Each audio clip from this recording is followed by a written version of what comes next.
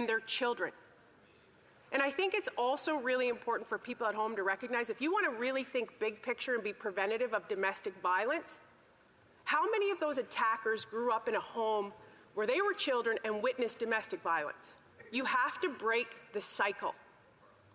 And the impacts on children witnessing domestic violence it's profound.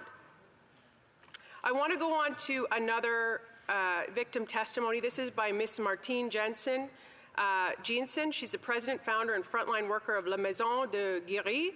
November 20th, 2023, she testified. And she gave very powerful testimony in the status of women. And she said, over the past 20 years, I've worked with hundreds of women who needed help. There is no way to hide them. Men can track them down at their place of work or through their family. They can follow children to school or to their friends' homes. The man will never stop stalking them, following them, harassing them, and harming them. Until an electronic bracelet is required, women and their children will never be protected. Electronic bracelets may not be perfect, but that's all we have for the time being. We have no protection. That's why we are asking you, on behalf of all women, to pass this bill unamended. This is victim testimony. Again, Mr. Speaker, I will reiterate this over and over and over again. We were elected in this House to elevate the voices of the people outside of this House. We were not elected to push our own agenda and our own ideology, and we were elected to make life better and safer. And right now, this country is not safe. You have serial killers who are eligible for day parole, re-traumatizing their victims. You have children, mothers, people who are from all socioeconomic classes afraid to go to school. These men, these attackers will find them wherever they are. They are stalkers, and they control them, and they control their life, and they ruin children's lives, and they ruin all the people around them, their lives. This should be the most simple bill. We have an opportunity in this House to fix it. And in committee, one of the members on the Liberal side said, well, we're just trying to keep it in line with how the current justice system works. The current justice system is broken. Full stop. And all you have to do is listen to the stats, read the paper. There is a CTV reporter who tweeted this past weekend who had somebody criminally charged for harassing her. She was told to contact the police the minute that he contacted her again. He's supposed to be in jail. He's out.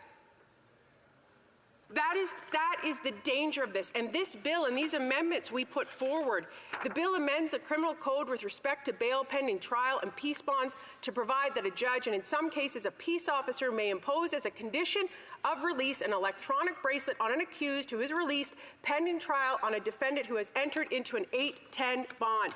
Electronic monitoring creates a security perimeter between the two intimate partners.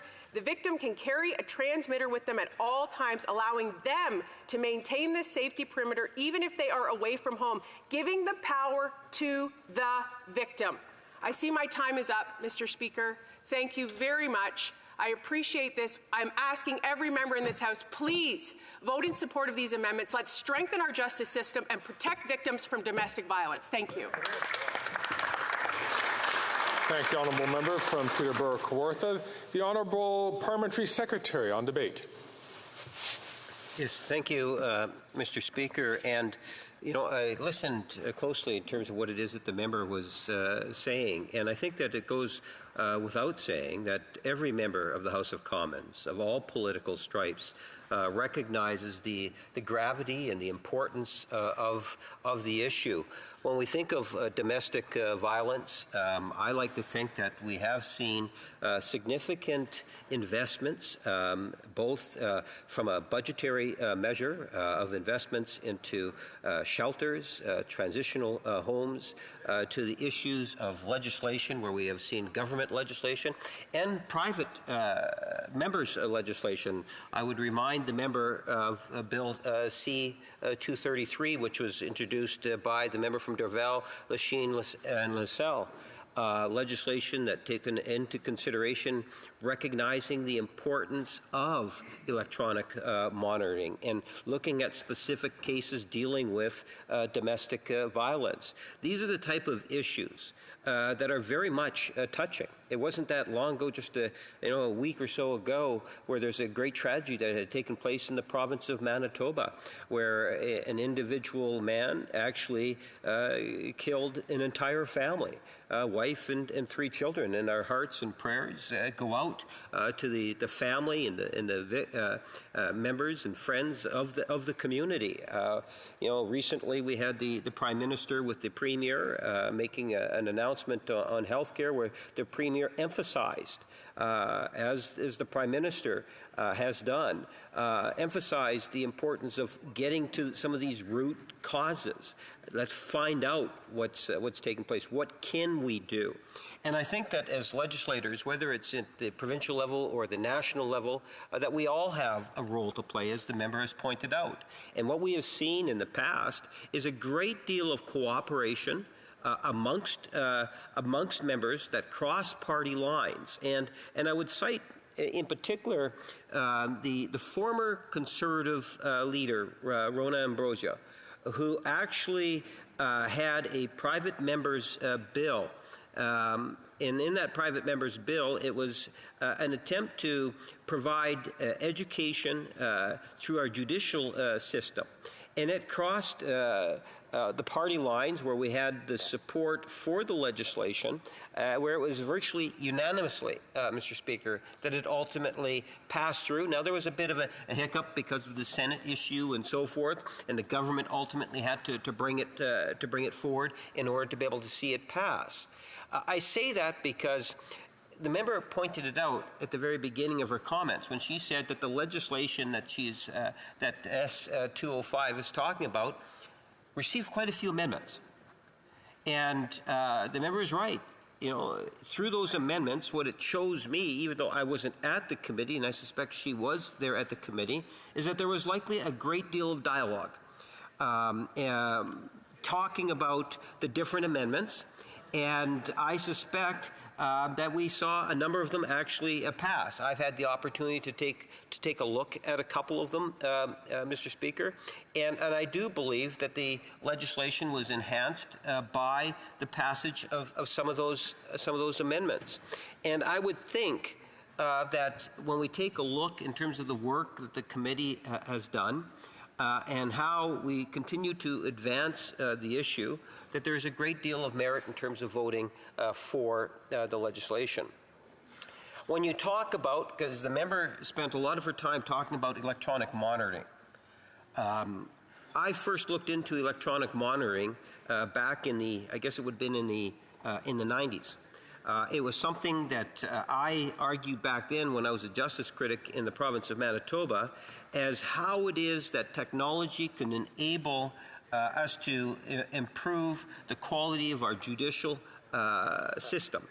And I believe today it is a very effective tool that can, in fact, make a difference in a very real and tangible way. But I think that we have to be careful when we talk about electronic monitoring or ankle bracelets. Often they are of great value, but it's not necessarily the answer in all situations. It doesn't necessarily prevent a crime from happening. It can be an effective tool, if not directly, indirectly from preventing crimes from happening, and I acknowledge that. And that's one of the reasons why, when it came time for us to talk about Bill C-233, you will find that there was support for the legislation from all political parties, because I believe legislators at that time, Mr. Speaker, recognized the true value of bringing in that sort of technology and encouraging our courts and judicial system to be able to better utilize in certain situations the need for ankle bracelets, Mr. Speaker. And I saw that as a very strong positive. Now, I'm not too sure exactly how it is that the member feels that this legislation will make it stronger than what it is that Bill C-233 has actually done. And maybe other members that follow her would be able to provide further explanation as to how 233 is complemented by what it is that the Conservatives are talking about currently, Mr. Speaker. You know, when we take a look at the seriousness of the issue, it's important for us to highlight that victims of sexual assault, that they are treated with dignity and respect throughout this entire process, Mr. Speaker. It's one of the reasons why we have brought forward legislation in the past, government legislation, to support victims, Mr. Speaker. I can recall debates on the floor of the House where it was about public disclosure and ensuring that we protect the identity of the victims, Mr. Speaker. At the same time, what we found out is that there was a bit of a catch that was in there in the sense that you had many or a number of victims that wanted to be able to share their stories in certain situations and how the law made that complicated. Well, the government brought in the legislation to enable victims to be able to share their stories in certain situations. Mr. Speaker, I think that there is an educational component that's there, that's very real. The member made reference to breaking the chain. And at the end of the day, the federal government needs to demonstrate leadership through actions in which we have done that by legislative changes and, as I made reference, to budgetary measures.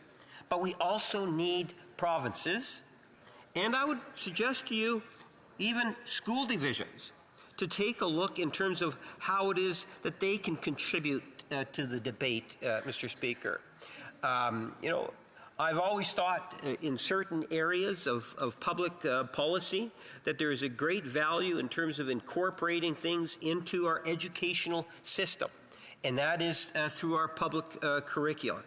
And this is something in which I think is underestimated in terms of the potential of dealing with this specific issue, whether it's a family course-based curricula or looking at different ways in which education could be elevated to a higher priority in terms of dealing with this very serious issue, Mr. Speaker. I think that's important. From a province perspective, I think at the end of the day, we need to take a look at resources, and we need to ensure that we have the proper supports in place. Far too often, victims are put into a situation out of fear that often would lead to a peace bond not being issued, where legislation that has enabled family members or others to be able to look at getting a peace bond issue, Mr. Speaker. These are the types of issues in which, if you take a look in terms of what our crowns and so forth are having to deal with on a daily basis, look at their advocacy groups in terms of how it is that we can further enhance the safety of women in their homes, I think is critically important. And I look forward to the ongoing debate, but suffice to say, Mr. Speaker, all of us are concerned about intimate partner violence, and we have to ensure that the victims of sexual assault are treated, as I say, with respect and dignity. Thank you, Mr. Speaker. Le débat continue avec l'honorable. The Honourable Member for Avignon-la-Métis-Matane-Matapédia. Thank you, Mr. Speaker. The Bloc Québécois position has not changed since this bill was originally tabled. We are for this bill, of course, because it is consistent with initiatives to strengthen the justice and police systems to counter any type of violence, but also any recurrence of violence, any recidivism, especially victims of domestic violence, so women in particular, gender-based violence.